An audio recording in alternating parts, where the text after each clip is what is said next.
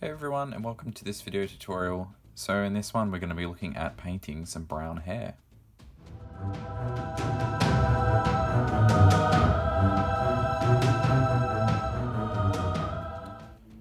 Alright, so this is kind of the video that I wanted to do to go along with what's going to be kind of a mini-series on painting hair and fur. I'm tackling this side of these models as voted by you guys. So this video is going to kind of be a bit of a theoretical on painting the hair. Just kind of a primer to show you how I approach painting hair that will help to kind of understand some of the other tutorials that are coming along with this one. Because I'm going to go and show you how to paint a few different colors. There's quite a bit of hair and fur on these models. You know, you've got the fur on their boots, on this shoulder here, you've got some fur there as well. So using a mix of colors I think will help to kind of break up the model and not look too dull. Alright, so what I've gone ahead and done is base coated the hair Gorthor brown. I just did that off cam because I didn't want to bore you watching me base coat the hair. So got a nice clean smooth coat of that on there. And this is basically going to form the mid-tone of the hair. So what we're going to try to do, and what's quite important with hair, is to try to build contrast. So we want those individual strands of hair to stand out, and we're going to use a combination of shading the hair and also highlighting it, of course. So what I'm starting off with over the Gorthor brown is just to get some Rhinox hide. And I've got this as kind of a layer consistency. And what I want to do is basically start sketching in where the main shadows are going to sit. So where it's going to be quite dark is under this bit here.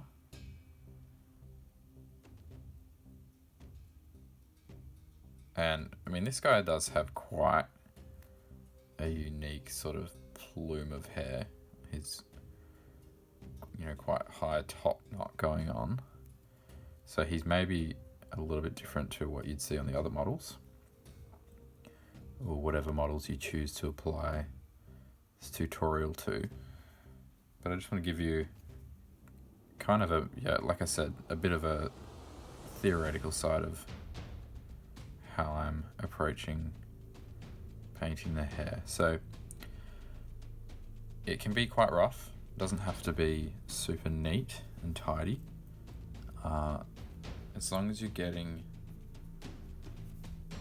the darkest areas shaded nicely, it's kind of applying like a pre-shade in a sense. We're making sure that instead of just, you know, slapping a shade on, we're getting into those recesses and we're making sure that they're going to be nice and dark even after we are actually going to apply a shade after this step, which will help to kind of flow into the crevices. But yeah, at this stage is just to kind of make sure that we get a nice build up of this dark tone in those recesses first.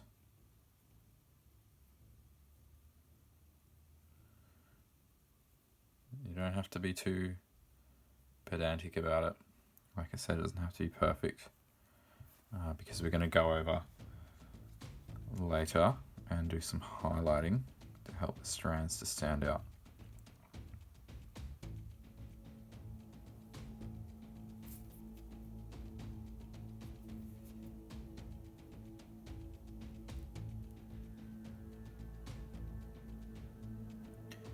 Alright, so I think that's looking pretty good. So I've got it quite nice and dark under there where it's getting a lot of shade, a lot of shadow, so I should say. And now we're just going to let that dry before we move on to the next step. Alright, so I'm actually painting this guy alongside, so I'll flash him up every now and then so I can show you, you know, another example of what I'm doing, just to give you a bit more of a bearing on the whole approach of it. So the next step is again, using Rhinox hide, but I've thinned it down 3 parts water to 1 part paint. So the consistency that you've got is quite similar to, probably a little bit thicker than you'd see for a Citadel shade paint. And basically with that, we're just going to treat it very similar to what we would with one of those.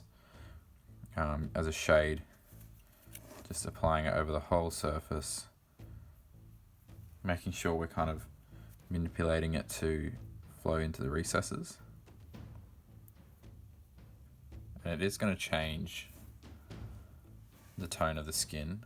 It's going to start looking a bit darker. It'll start looking a bit richer because of the Rhinox hide. It's not such a bad thing.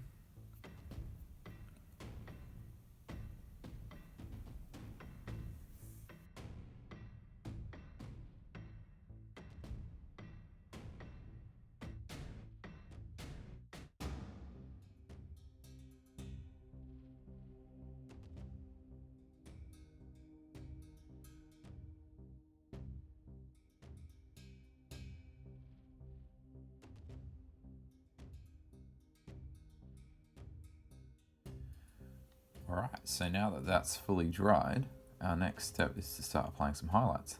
So we're going to start redefining the hair strands.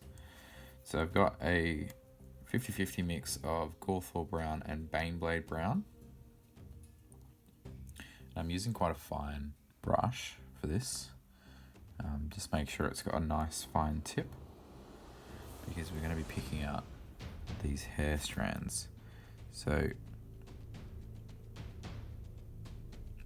just applying it to all those.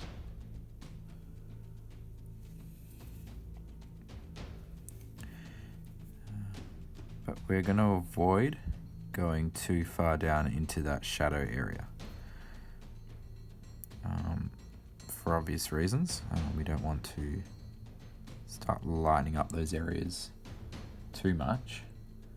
Otherwise we're going to lose that contrast by kind of encroaching in on that shadow area. So you will notice a lot in sculpted hair that there are, these obvious areas that have nice formed, not so much individual strands, because that would be a lot thinner than that, obviously. But then you'd have these areas where parts are unsculpted.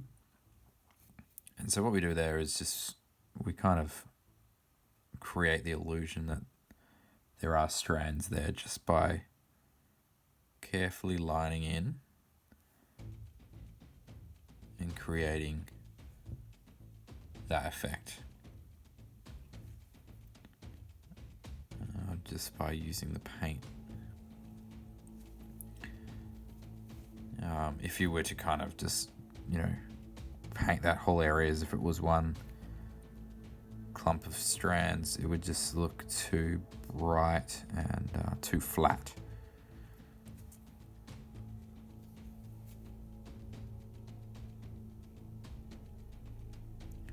So just work your way around and basically just picking out those strands.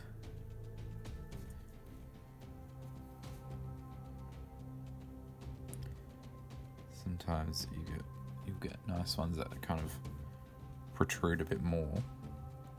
And you can actually do the little trick where you use the side of the brush to kind of catch the edges rather than using the tip, because the tip can be a little bit more inaccurate, and just comes with practice, developing your brush control skills. But this is a great way to practice it.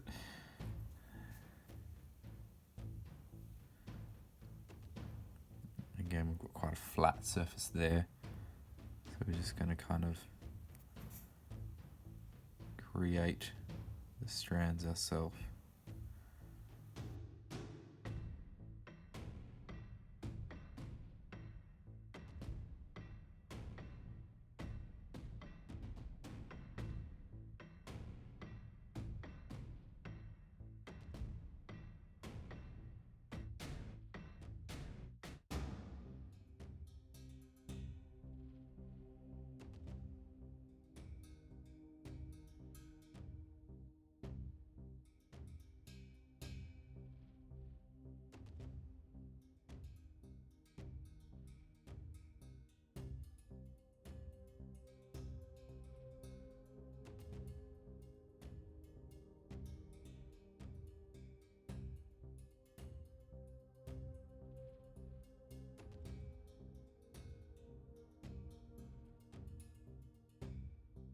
And of course the area to really focus on is the top of the head, or the top of the hair, because obviously that's where most of our light's going to be hitting. So we need to make sure we hit those areas, of course. Alright, so that's that for that stage, and this guy here, as I mentioned, I'm following along, doing the same thing. I did his first. And yeah, so that's that stage done. Okay, so basically from this stage we just start going lighter, just using pure Baneblade brown. And for the most part, what I'm doing now is I'm not going over the entire length of the strands. I kind of want this to look like it's a highlight, but I still want the previous layer showing through, so that I'm getting the definition of the hair, and I'm kind of following the principles of how the light would fall on the hair, and then not going too light in the shadow areas.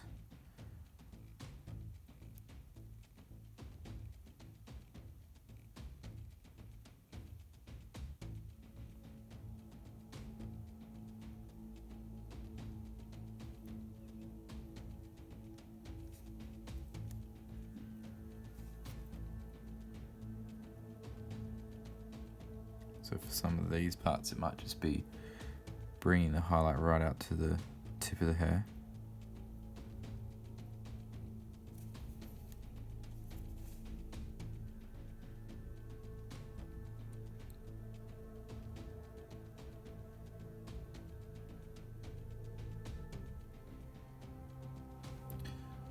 Again, if you're as messy as me, you're gonna get a little bit of overpainting happening, but that's not really a big deal. If it's an area that you've not painted yet, then just go back and rebase coat it.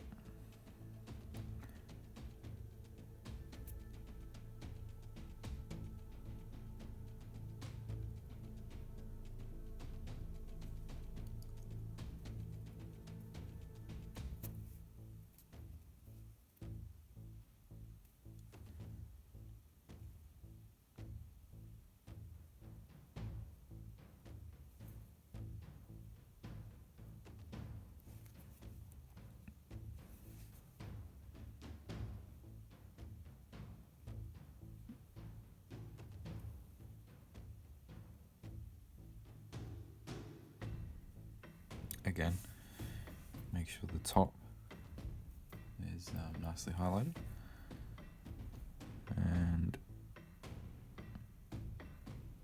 that's looking pretty good. So that's basically it from for that stage. Yeah, general principle of layering. We're going over what we've already done with the previous layer, letting some of that layer show through, so that we give the illusion of a gradient and kind of a blend in the light. Yeah, so we're going to go a little bit lighter now. So we'll move on to that stage now. Okay, so as I mentioned, for this stage we're just taking things a little bit lighter. You could leave it at this stage without doing this next highlighting stage. If you're happy with that, it's perfectly fine, acceptable for the tabletop. Which is at the essence of what we're creating here, is just models that are ready for the tabletop. But this is kind of just taking it one step further and just kind of polishing off what we've already established. So I'm going with Karak Stone, which is a bit of a jump in tone from the Baneblade brown. What it's going to do is create these nice little pops of highlight.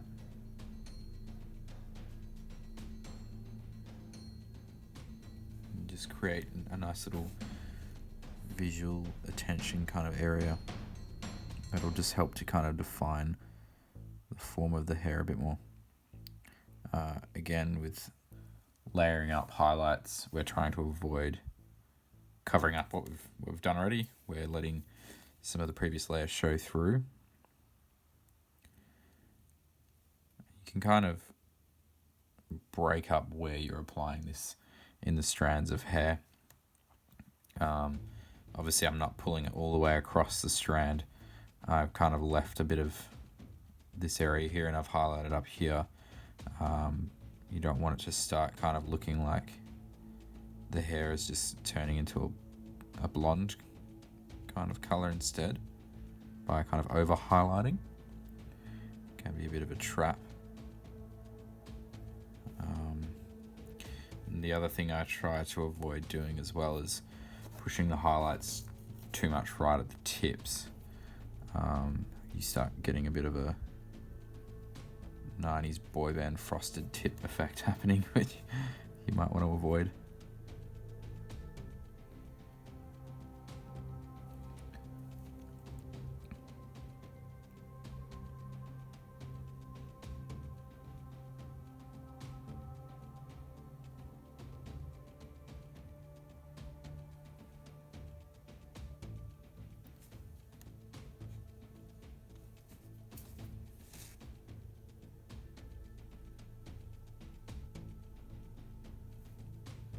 So I kind of just come out from the tip a bit, don't take it all the way to the end,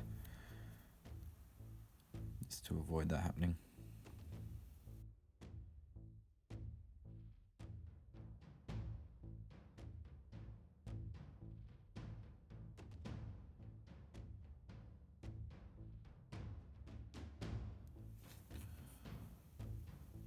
Alright, so there you have it. A nice way to get some good definition happening in your hair.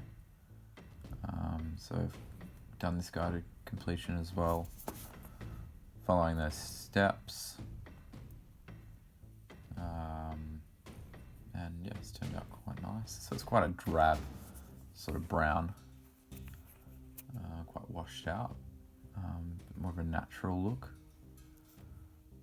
And yeah, so there we have it. So I hope you found that helpful, and I hope that it will be helpful for following some of the other tutorials that are coming out for the other colours of the fur and hair that I'll be putting together,